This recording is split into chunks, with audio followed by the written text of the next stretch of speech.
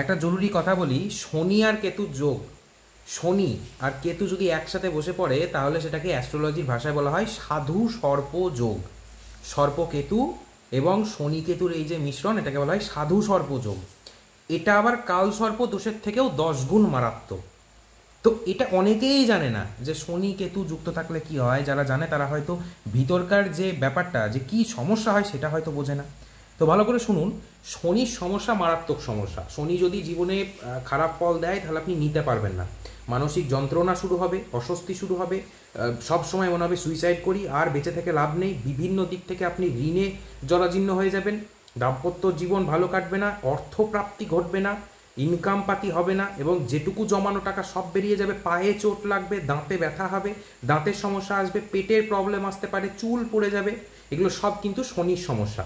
এছাড়াও শনি আরও অনেক কিছু করে, বাবার সাথে ঝামেলা তৈরি করে শনি, এবং তার সাথে কি হয়, হাড়ের সমস্যা, জয়েন্ট পেন ইত্যাদি এগুলোও কিন্তু দেয়। জয়েন্ট পেনটা মারাত্মক শনির সমস্যা হলে, এবং দাঁতের ব্যথাটাও মারাত্মক, হাড়ের যে কোনো রকম সমস্যা। তো এই শনি কেতু যে ঘরে অবস্থান করবে, যেভাবে অবস্থান করবে, সেইভাবে যে অ্যাসপেক্টসগুলো রয়েছে, যে সিগনিফিক্যান্সগুলো রয়েছে, সেগুলোকে সব নষ্ট করবে। ধরে নিন সপ্তম স্থানে শনি কেতু, ধরে নেবেন যে আপনার দাম্পত্য জীবনে সমস্যা থাকবেই থাকবে। ম্যাক্সিমাম মানুষ যারা আমাকে ফোন করে, আমি যাদের দেখি এই শনিকেতুর অবস্থান যেভাবে রয়েছে সেইভাবে সমস্ত গুণগুলোকে কিন্তু শনিকেতু নষ্ট করে। এখান থেকে বাঁচার উপায় কি? বাঁচার উপায়টাও তো জানতে হবে। বাঁচার উপায় জ্যোতিষশাস্ত্র আমাদেরকে অনেক কিছু দিয়েছে। শাস্ত্রতে এরকম অনেক কিছু পুজো রয়েছে যেগুলোকে করার মাধ্যমে এই শনিকেতুর যোগ এটা কাটে। কাটে বলতে কি পুরোপুরি যায় না, কিছুটা আমরা প্রতিহত করতে পারি। শনির স্পেসিফিক কিছু রেমেডি নিতে হবে। শনির রেমেডি নিলেও কিন্তু আমরা ভালো ফল পাই। যদি আপনার বার্থ চার্ট নীলা সাপোর্ট করে তবেই নীলা ধারণ করা উচিত। নীলা ধারণ করলে আপনি ভালো ফল পাবেন। এর জন্য ভালো একজন দক্ষ জ্যোতিষের প্রয়োজন। তার সাথে গণেশ পুজো আপনারা করতে পারেন, এগুলো ফ্রি রেমেডি, এগুলোতে টাকা পয়সা খরচা হয় না। গণেশ পুজো করলে কিন্তু কেতুর সমস্যা চলে যায়।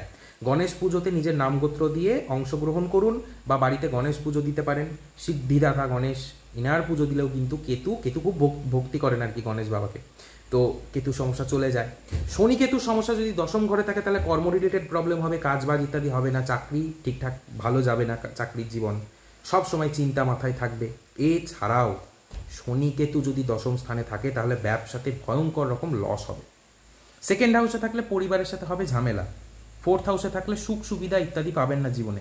সব কিছু পেয়েও মনে হবে কিছু পায়নি, সব হারিয়ে যাবে।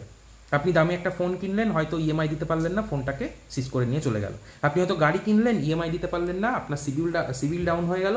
সিভিল ডাউন হওয়ার ফলে পুরো কেরিয়ারটা শেষ, আপনার গাড়িও চলে গেল। তো এরকম ভয়ঙ্কর ভয়ঙ্কর সমস্যা কিন্তু আনে শনি কেতুর এই যোগ। এর জন্য অবশ্যই রেমেডি নেওয়া প্রয়োজন। শনিবারটা নিরামিষ খাবেন, শনিদেবের মন্দিরে গিয়ে সচে তেলে প্রদীপ পারলে জ্বালিয়ে আসবেন, নাহলে প্রণাম করে আসবেন। এই সমস্ত জিনিসগুলো কিন্তু শনি কেতুর এই সমস্যাগুলো থেকে আমাদেরকে মুক্তি দেয়। ভিডিওটাকে অবশ্যই শেয়ার করে দেবেন, এবং হস্তরেখা আর জন্মছক বিচারের জন্য স্ক্রিনে যে নাম্বার দেওয়া আছে ওখানে হোয়াটসঅ্যাপ করবেন। সব কিছুর ব্যবস্থা ঘরে বসেই হয়ে যাবে। ভালো থাকুন সবাই, ভিডিওটাকে শেয়ার করে দেবেন।